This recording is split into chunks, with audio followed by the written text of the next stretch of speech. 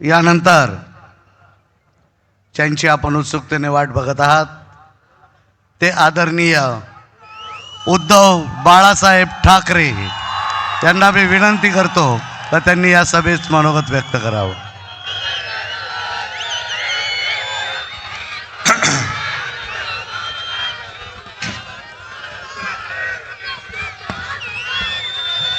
जमलेल्या माझ्या तमाम हिंदू बांधवांनो, भगिनींनो आणि मातांनो, या गेल्या 2 वर्षातली माझी ही 4थी सभा आहे. पण आजच्या सभेत मला खूप आनंद होतोय, कारण माझ्यासोबत माझा भाऊ आणि महाराष्ट्र नवनिर्माण सेनेचा अध्यक्ष राज, संजय तर सोबत आहेच, खासदार आहेत आणि उद्याच्या महापालिकेतले सगळे नगरसेवक आहेत. या भावी नगरसेवकांना सांगतोय की ही सगळी जनता ही तुमच्याकडे अपेक्षेने पाहते. त्यांच्या व्यथा काय आहेत याचा उल्लेख राजनी पण केला, संजयने पण केला. आणि राजनी त्यांच्याकडे ही महापालिका असताना काय कामं केली हे अभिमानाने सांगितलं. मग राजनी केलेली नाशिकमधली कामं आणि मुंबईमध्ये शिवसेनेने कामं केलीत. हे 2 नागरिकांसाठी कामं करणारे भाऊ एकत्र आले तर नाशिकचा काय उत्कर्ष होईल हे तुम्ही तुमच्या मनाशी विचार करा.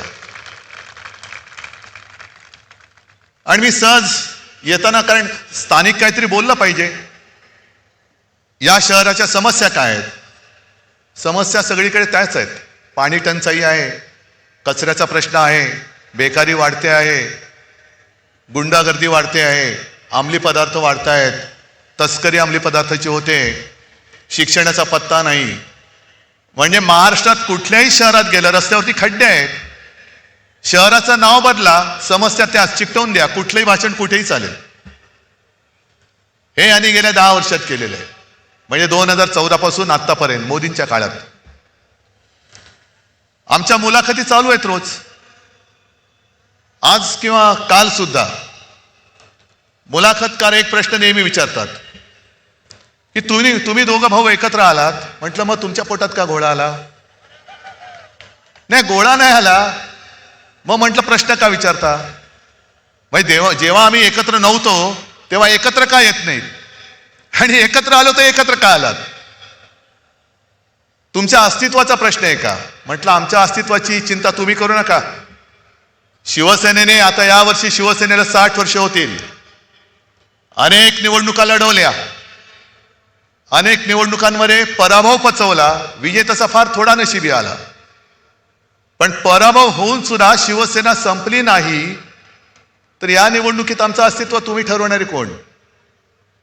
पण ही निवडणूक जिथे जिथे ज्या शहरात निवडणुका आहेत त्या शहरातल्या नागरिकांनी त्यांचं आणि त्यांच्या भावी पिढीचं आयुष्य कसं असणार आहे, त्यांचं अस्तित्व कसं व्हायला पाहिजे हे ठरवणारी ही निवडणूक आहे. आम्ही पोटतिडकीने का तुमच्यासाठी प्रयत्न करतो? उल्लेख सगळे झाले. संजय राऊत आपण त्या काय धर्माच्या ध्वजाची आठवण करून दिली ज्याच्यावरती झाड आहे. मला एक प्रश्न विचारायचा आहे की भाजपचं हिंदुत्व हे खरं हिंदुत्व आहे का चुनावी हिंदुत्व आहे? राम मंदिर केलं म्हणून तुम्ही डंका पिटलात, आणि प्रभू रामचंद्र जिथे तपश्चर्याला बसले होते, म्हणजे फार थोड्या ठिकाणी प्रभू रामचंद्रांचं वास्तव्य होतं, त्यातली ही एक म्हणून तरी पुण्यभूमी आहे. कुंभमेळा इकडे का होतो? तपोवन त्याला का म्हणतात? पर्णकुटी कुठे होती? ही सगळी झाडं जर का कापली आणि उद्या जर का कोणी विचारलं की प्रभू रामचंद्र कुठे राहिले होते, काय सांगणार? हे नमो भवन आम्ही केलेलं आहे. शासकीय विश्रामधामात प्रभू रामचंद्र राहिले होते म्हणून सांगणार? संपूर्ण सत्यानाश करायचा, धर्माची एक पट्टी अशी लावायची की सगळे अंधभक्त झालेत, आणि एक असा काही तुमच्यावरती संमोहन करायचं, मोहिनी टाकायची की स्वप्नात गुंगवून टाकायचं. देवेंद्र फडणवीस ज्यांनी एक शहर दत्तक घेतलं होतं राज बरोबर बोलला. अरे ज्यांना राजकारणामध्ये पोरं होत नाही त्यांना आमची पोरं दत्तक घ्यावी लागतायत, हे काय शहर दत्तक घेणार? म्हणून मोहन भागवतांना टाओ फोडावं लागतोय, अपत्य वाढवा, अपत्य वाढवा. अहो अपत्य वाढवा म्हणजे तुमचे राजकारणातले अपत्य वाढवा, नुसती अपत्य नका वाढवू. खायला खाळ आणि भुईला भार. मोहन भागवतांचं तेवढं तरी ऐका. आणि भाजप आज हा उपटचुंबांचा पक्ष झालेला आहे. उपटचुंब म्हणजे मला थोडी धाकधूक तर कधीच नव्हती, पण गेल्या वेळेला जी काही व्यासपीठावरती माणसं होती त्यातली काही कमी झाली असं मला कळलं. पण आज बघतो तो व्यासपीठ हाऊसफुल आहे. समोर तर आणखीन तुडुंब भरले. अरे आमच्याकडे पोरांचा तोटा नाहीये, अस्सल निष्ठावान अजूनही इथेच आहेत. म्हणजे आम्ही मोठी केलेली माणसं गेली असतील, पण ज्यांनी मोठी केली ती साधी माणसं आज देखील आमच्या सोबत आहेत. पण मला तुम्ही तर सोबत आहातच, आणि टीव्हीवरनं भाजपवाले सुद्धा बघत असतील चोरून. त्या भाजपवाल्यांची मी खरंच आत्मीयतेने बोलतोय, मी कुत्सितपणे किंवा टोमणा मारत नाही. मला भाजपवाल्यांना विचारायचंय की अरे काय नशिबी आले तुमच्या जीणं. या उपटचुंबांच्या सतरंजा म्हणजे आधी आमच्यात असताना भ्रष्टाचाराचे आरोप करायचे.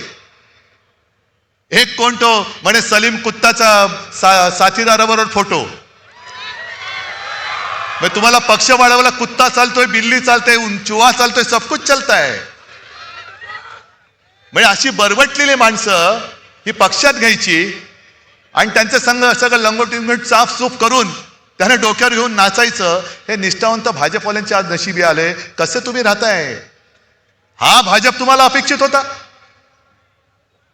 अगदी आम्ही दोघं एकत्र आल्यानंतर ज्यांनी फटाके फोडले दुसऱ्या दिवशी तिकडे जाऊ दे, त्यांचं नशीब आणि ते. मला त्यांच्या नशिबाची पर्वा नाही. मला वाईट वाटतंय ते निष्ठावान भाजप कार्यकर्त्यांचं वाटतंय. त्यांना प्रवेश दिल्यानंतर आमच्या देवेनी ताईंना रडू आवरेना. मला त्यांच्याबद्दल आदर आहे. मी ताई तुम्ही आमच्याबद्दल चांगलं बोलावं म्हणून मी बोलत नाही. तुम्ही तुमचं काम निष्ठेने करताय. उद्या मी बोलतो त्याच्यावर तुम्ही टीका जरूर करा, कारण तुमची ती निष्ठा त्या पक्षाची आहे. पण ज्या पक्षाची निष्ठा तुम्ही बाळगता आहात, राखता आहात, तो पक्ष आज उपऱ्यांचा पक्ष झालाय. उपरे. आणि हे माझं वाक्य नाहीये, देवयानी ताईंचं वाक्य आहे की दलालांनी चुकीचं ब्रीफिंग केलंय म्हणजे भाजप आज दलालांचा पक्ष झालेला आहे. तिकडे सुधीर मुनगट्टीवार बोललेत की शनी शिंगणापूर आणि भाजपला दरवाजेच नाहीयेत. पण मुनगट्टीवारजी तुम्हाला कल्पना आहे, शनी शिंगणापूरला जातात ते संकटग्रस्त जातात आणि भाजपात येतात ते ईडी सीबीआय इन्कम टॅक्स ग्रस्त येत आहेत, चोर दरोडेखोर येत आहेत. मग ज्या रामाने रावणाचा वध केला तो रावण सुद्धा भाजपमध्ये आला तर त्या रावणाला सुद्धा घेतील एवढे निर्लज्ज झाले ते. कुठे यांचं हिंदुत्व?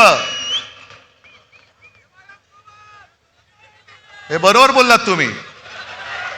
मी भाजपने पाठीत वार केला म्हणून काँग्रेस बरोबर गेलो होतो, आणि मी काँग्रेस सोबत गेलो तर उद्धव ठाकरेंनी हिंदुत्व सोडलं.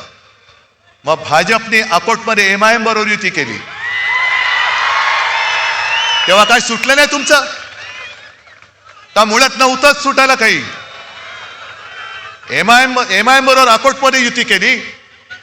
अंबरनाथमध्ये जिथे शिवमंदिर आहे तिकडे या मिंद्याचं पायपुष्ट का आणखीन काय पुसून फेकून दिला, बरोबर घेतला, काम झालं, दिलं फेकून आणि काँग्रेस बरोबर युती केली. बरं समविचारी म्हणजे काय? सगळे भ्रष्टाचारी येत आहेत, चोर दरोडेखोर येत आहेत, त्यांना बरोबर घेऊन चाललेत. भ्रष्टाचारी ते तुका मिळवावा, भाजपा पक्ष वाढवावा. आणि यांच्यामध्ये जी आता लागले म्हणजे इथल्या लोकसत्तेमध्ये त्या बातमी आली असेल नसेल कल्पना नाही, पण मुंबईच्या लोकसत्तेत बातमी आले गणेश नाईक पूर्वाश्रमीचे आपलेच. बघा गंमत कशी आहे. हा मिंदे कोण? पूर्वाश्रमीचा आपलाच. आता गद्दार गणेश नाईक पहिले आपलेच, त्यांच्या दोघात लागले आता. आणि गणेश नाईक म्हणतायत, त्यांचा सरळ आरोप केलाय नव्या मुंबईमध्ये FSIचा घोटाळा या मिंद्याने केलाय. आणि जर भाजपने परवानगी दिली तर या मिंद्याचा टांगा उलटा करतो. मग गणेश नाईकांना सांगायचं की ते टांग्यात बसता कशाला, टांग्यात टांग तरी घाला, नाही तर टांगा तरी पालटा करा. तांगड्यात तांगडं घालायचं आणि तरी सुद्धा टांग्यात बसायचं. अरे पाडा ना उलटा. म्हणजे हीच लोक सांगतायत की कशी अभद्र युती आहे, समविचारी अभद्र लोकांची समविचारी यांची ही युती झालेली आहे. तुमच्या व्यथांबद्दल कोण बोलतंय? कोणीच बोलत नाहीये. आज मुंबईमध्ये येऊन बघा, आम्ही होर्डिंग्स लावलेत, होय हे आम्ही केलं. मुंबईमध्ये कोस्टल रोड होय आपल्या शिवसेनेने केलेला आहे. आणि मुद्दामून तुम्हाला सांगतो, आज इकडे तुडुंब गर्दी झालेली आहे. एक तरी भाड्याचा माणूस आहे का रे? कोणाला तरी पैसे देऊन इकडे आणलंय का? मग मुंबईमध्ये जे जिजामाता उद्यान आहे तिथे आम्ही 10 वर्षापूर्वी पेंग्विन आणले. काय टीका केली आमच्यावर, हे पेंग्विन पेंग्विन पेंग्विन. होय पेंग्विन आम्ही आणले. पण ते पेंग्विन बघायला लोक तिकीट काढून गर्दी करतायत. आणि मी या सभेचा उल्लेख एवढ्यासाठी केला की त्यांच्या सभेला पैसे देऊन माणसं आणावी लागतायत. म्हणजे पेंग्विन एवढी किंमत सुद्धा लोकांच्या लेखी नाहीये. पैसे तिकीट काढून पेंग्विन बघतायत, पण पैसे घेऊन सुद्धा लोकांच्या सभेला जात नाहीयेत. काय तुमची त्यांची अवस्था आहे? आज नाशिकमध्ये जो आम्ही वचननामा जाहीर केलेला आहे, का नाही करायचा तो? पण तो करायचं की नाही हे तुम्ही ठरवायचंय. तुमच्या समोर सगळं घडतंय. आज जसं तिकडे बंगालमध्ये ममता बॅनर्जी यांच्या हुकुमशाही विरुद्ध रस्त्यावरती उतरल्यात, अख्खा जवळपास बंगाल रस्त्यावरती उतरलाय. मग हा माझा महाराष्ट्र, शिवरायाचा महाराष्ट्र, छत्रपतींचा महाराष्ट्र, शाहू फुले आंबेडकर यांचा महाराष्ट्र, यांच्या दडपशाहीच्या विरुद्ध शेपूट घालून आत बसणार? अरे ज्या महाराष्ट्राने या देशाला दिशा दिली त्याची दुर्दशा करणाऱ्याच्या हातामध्ये तुम्ही पूर्ण तुमचं नशीब परत एकदा त्यांच्या हातात देणार? हा वचननामा आहे, नुसता छापलेला कागद नाहीये रंगीत. तो आमचा ठाकरेंचा शब्द आहे. ही मोदी गॅरंटी नाहीये, बोगस मोदी गॅरंटी नाहीये. हा ठाकरेंचा शब्द आहे. आणि ठाकरे जे बोलतात ते करतात. आम्ही कोणी त्यांच्या कामाचं श्रेय कधी घेतलेलं नाही, कारण आम्हाला त्याची गरज नाहीये. मशाल तुमच्या हृदयात पेटली पाहिजे. ज्या पद्धतीने यांचा कारभार सुरू आहे, ज्या पद्धतीने यांचा कारभार सुरू आहे, बिनविरोध निवडणुका जिकडे झाल्या, तो राहुल नार्वेकर विधानसभेचा अध्यक्ष, विधानसभेमध्ये अध्यक्ष असल्यानंतर विधानसभेत त्यांचा अधिकार असतो. आणि विधानसभेचा अध्यक्ष, लोकसभेचा अध्यक्ष, राज्यसभेचा अध्यक्ष हा पूर्णपणे निष्पक्षपातीपणाने वागणारा पाहिजे. आणि आमच्यावरती घराणेशाहीचा आरोप करणारे भाजपा या राहुल नार्वेकरांच्या घरातले 3-3, 4-4 जणांना उमेदवारी देत आहेत. आणि तो समोरचा उमेदवार त्यांनी अर्ज मागे घ्यावा म्हणून अधिकाराचा दुरुपयोग करणारा राहुल नार्वेकर निवडणूक आयोगाला चालून जातोय. तरी सुद्धा चालतंय. आम्ही जरा कुठे काय केलं तर निवडणूक आयोग लगेच हातोडा घेऊन बसलेला असतो. पण यांनी काही केलं तरी काही करत नाही, कारण निवडणूक आयुक्त शेपूट घालून बसलेला आहे. ही लोकशाही नाही, ही झुंडशाही आहे. ही झुंडशाही आहे. आणि आज जर का आपण उठून उभे राहिलो नाही तो उद्या वरवंटा असा फिरेल की पुन्हा एकदा इंग्रजांपेक्षा जास्त 150 वर्षापेक्षा यांच्या गुलामगिरीत आपल्याला राहावं लागेल. हिंदुत्वाचा हा बुरखा आहे. कारण हा जर का बुरखा नसता तर तपोवनातली झाडं यांनी कापली नसती आणि बिल्डरला ती जागा दिली नसती. काय तपोवनाचं ज्यांना महत्व नाहीये, इकडे तपोवन कापतायत, तिकडे आरेचं जंगल कापलं, कुठे आरोली पर्वत बोडका करतायत, ताडोबा अंधारीमध्ये खाणीसाठी जागा देऊन टाकतायत.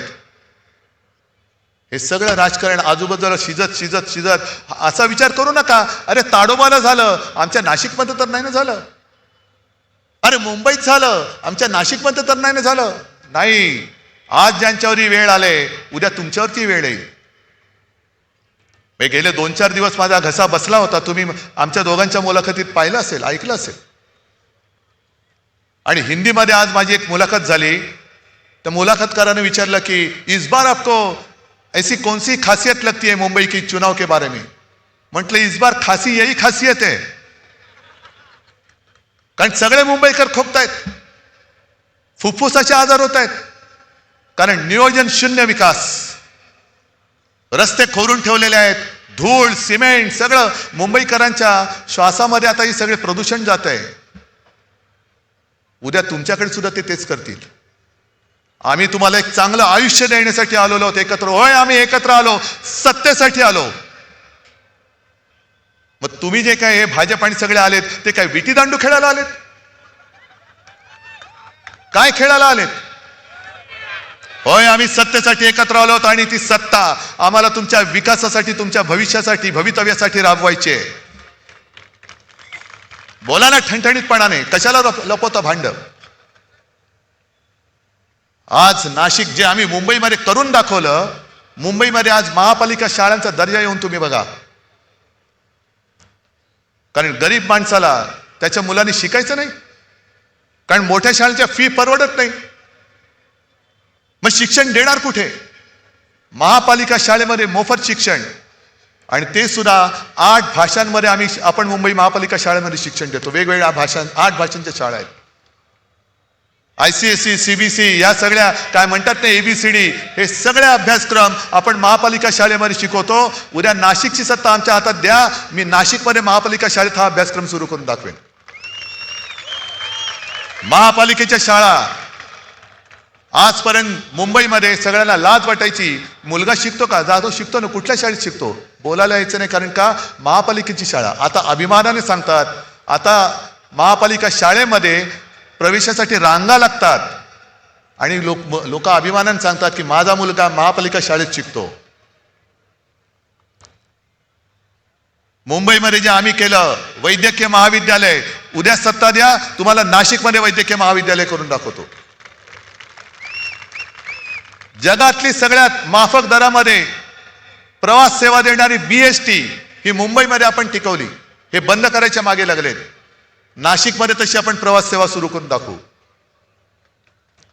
करण्यासारख्या अनेक गोष्टी आहेत. करणारे आम्ही तयार आहोत. करून घ्यायचे की नाही हे तुम्ही ठरवायचं आहे. कारण जर करूनच घ्यायचं नसेल तर हे नुसते घोटाळे आहेत. हे मी मगाशी राजने पण उल्लेख केला, तपोवनाचा घोटाळा आहेच. मुंबईमध्ये गेल्या 4 वर्षात 3 लाख कोटीचा घोटाळा या अभद्र युतीने करून ठेवला. 3 लाख कोटीचा. आणि हे सगळे मुद्दे आहेत. मे 24 पासून अवाजवी दराने जमीन खरेदीवर 80 कोटींचा आर्थिक भार, हे सगळे वाचतो मी. 1300 कोटींच्या STP प्रकल्पावर वाद, कंत्राटदाराला काम सुरू होण्याआधीच 150 कोटी आगाऊ देण्यात आले. हा आगाऊपणा जो आहे ना, हा महत्वाचा आहे. तो जो मुंबईत केला त्यांनी 3 लाख कोटी त्या कामासाठी आगाऊ रक्कम देतात, आणि त्या आगाऊ रकमेतनं हे आगाऊ पैसे काढतात आणि ते लोकांना वाटतात. निर्णय तुम्ही घ्यायचा आहे. हार जीत आमची नाही, आमचं सोडून द्या. तुमचं आयुष्य तुम्हाला कसं जगायचंय, तुमच्या मुलाबाळांच्या लेखी काय होणार आहे, काय करायला पाहिजे, हे ठरवणारी ही निवडणूक आहे. आणि म्हणून आम्ही दोन्ही भाऊ मिळून तुम्हाला वचन देतो आहोत. जे बोलतो ते आजपर्यंत आम्ही करून दाखवलेलं आहे. आणि आजचा सुद्धा हा वचननामा हा नुसता काहीतरी प्रिंटिंगचा कागद म्हणून नाही, तर ते आमची वचनं आहेत. आणि त्यातल्या प्रत्येक शब्दाला हे आमचं वचन मानून तुम्ही जर का आम्हाला आशीर्वाद दिले तर आम्ही तुम्हाला या सगळ्या गोष्टी देऊ शकतो. आता तुम्ही सांगा, जर देणार असाल तर जरा दोन्ही हात वर करून सांगा. आणि हे हात मुद्दामून जरा दाखवा, त्या दलालांना दाखवा. तुमच्याकडे पैसे असतील, तुमच्याकडे सत्ता असेल, पण आमच्याकडे विश्वास आहे, आमच्याकडे निष्ठा आहे. गद्दार लोक तुम्ही विकत घेऊ शकाल, पण निष्ठावानाने विकत घेऊ शकणार नाही. आणि हे जोपर्यंत मजबूत हात आमच्या सोबत आहेत, तोपर्यंत शिवरायाच्या पवित्र भगव्याला, जो भाजपला मी नेहमी आव्हान देतो की तुम्ही हिंदुत्ववादी म्हणता आणि माझ्यावरती टीका करता. पहिलं तुमच्या फडक्यावरचा हिरवा रंग काढा आणि मग आमच्यावरती हिंदुत्वाशी बोला. कारण आज सगळे आमचं हिंदुत्व हे व्यापक आहे, आमचं हिंदुत्व हे राष्ट्रीयत्व आहे आणि सगळे आमच्या सोबत आहेत. यापुढे या गद्दारांना आणि या भ्रष्टाचारांना, जे बेडूकुड्या मारून तिकडे गेले त्या बैठकांना डराव करत बसू द्या, पण आपलं नाशिक हे आपल्या हातामध्ये ठेवा. आपली शिवसेना आणि मनसेची एक अशी भक्कम मजबूत सत्ता या नाशिकमध्ये आणा की उद्या कोणी दत्तक बाप इकडे पाय ठेवायला घाबरला पाहिजे. आणि तेवढी ताकद ही नक्की तुमच्यामध्ये आहे, हा विश्वास व्यक्त करतो आणि आपली रजा घेतो. जय हिंद, जय महाराष्ट्र.